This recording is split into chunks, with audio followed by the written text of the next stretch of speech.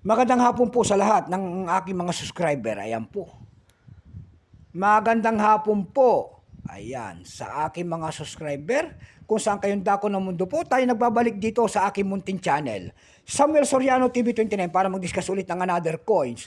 At ito po ay ating hilig, pangungulikta ho ng barya. Kaya ho tayo nandito nagsiselling ng kanilang mga halaga at isa ho tayong kolektor at vlogger po. Ayan, para malaman natin kung magkano na ang kanilang mga halaga sa pamantayan natin mga platform. Magandang hapon po sa lahat ng aking mga subscriber dyan. Maraming salamat sa inyo. Maraming salamat din po sa nanonood ng mga senior citizen kung saan kayong dako ng mundo po. God bless po sa lahat and take care. Yun naman po, hindi pa po nakapag-subscribe dito sa aking munting channel. Ayan, anyayaan ko sana kayo. At malaking na pong tulong ang inyong gagawin, katulad namin mga vlogger at kolektor ang inyong gagawin, tulad ng pagpindot ng ating subscribe button, like and share, para ma-update po kayo sa mga latest ko pang gagawin mga video po. Ang pag-usapan po natin ngayon ay pera po natin. Ayan, ang 1 peso, Marcos. Ayan. Marcos po ang ating pag-usapan, year 1974. Ayan, harap po yan.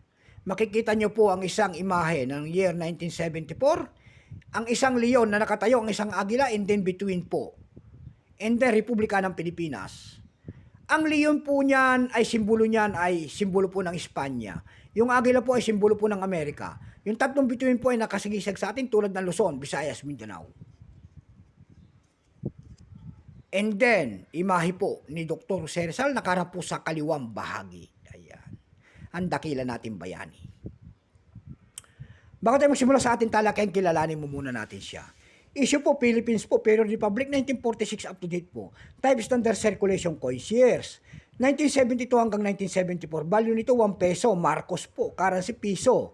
1967 up to date po. Composition po nito ay nickel brass. May bigat po itong 4.45 grams. May haba pong 33 mm. May kapal po naman itong 2.17 mm. Hugis po bilog. Orientation niyan, coin alignment. Itinigil ang paggamit nito ni January 2, 1998. Number and dash 3749. Ayan. Reference number KM-203. Ito pong year 1974, ito po ay dalawang klaseng inilabas ng ating Bangko Sentral. Ito po ay mayroong 1974 proof, 1.9%. Itong hawak natin, ito po ay 1974 Denver and San Francisco Mint. Ito po ay 38%.